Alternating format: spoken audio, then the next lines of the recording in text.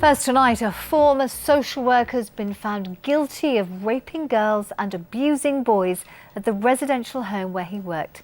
Andris Logins is the first care worker to be convicted after a major police inquiry into historical abuse in Nottingham. It's more than 30 years since Logins carried out the attacks on 4 children in his care at the Beechwood Children's Home. Tonight, 2 of those victims tell this programme how they're still suffering breakdowns and panic attacks. Our social affairs correspondent Jeremy Ball reports. The rapist who preyed on children he was supposed to be caring for, Andris Logins abused his position of trust in the most horrific way.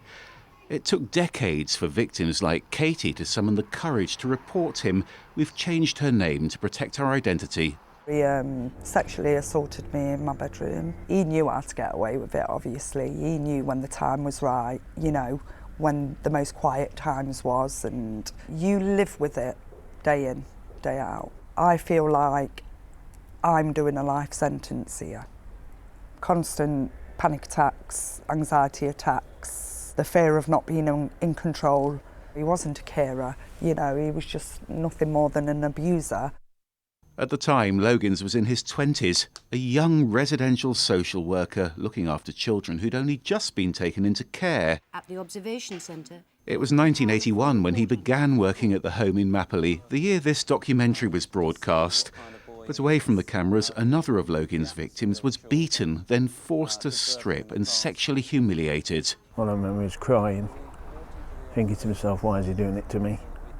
Every day now is a challenge to get up. I'm actually off work at the moment with stress. Drink every day, cry most days. It was wrong. Evil. In court, Logins tried to pin the blame on several of his former colleagues at Beechwood, but today a jury found him guilty of 17 historical offences. And as those verdicts were handed down, his family hugged and wept. But why did it take so long for Beechwood's gruesome secrets to emerge? It was fear, a regime that made children too scared to report abusive carers. Punishments were quite brutal, people being kicked and punched and, split lips and bloodied noses, which made it very difficult for the children to be able to go to staff to disclose what was happening to them. And the fact that they were hoping to have this safe place, but then have been further abused, it's horrific. And the trial heard that Logins photographed a colleague twisting a boy's heel and burning him with a cigarette. On the back he'd written, "Childcare at its best." They'd pants on you, you'd see people getting kicked, pushed back, grabbed up by the throat against the wall. They used to make a makeshift boxing ring up and we had to fight each other. I haven't really got any good memories about Beechwood because it was kind of brutal. And how badly do you feel that you were let down? I feel very badly let down by the system. I knew that it has started to happen all over again. If you had a problem, they just didn't seem to want to know about it. The buildings where that abuse took place have now been demolished, but the police investigations are far from over. And after more than 3 decades, Andris Logins has finally been brought to justice.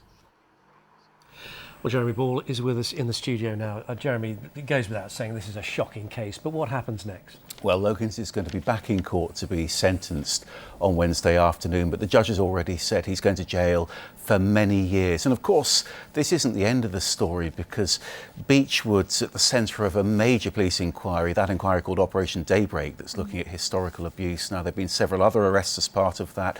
Almost 200 potential victims have come forward to the police. In addition to that, the home's also being investigated by Justice Goddard's new national inquiry into child sexual abuse.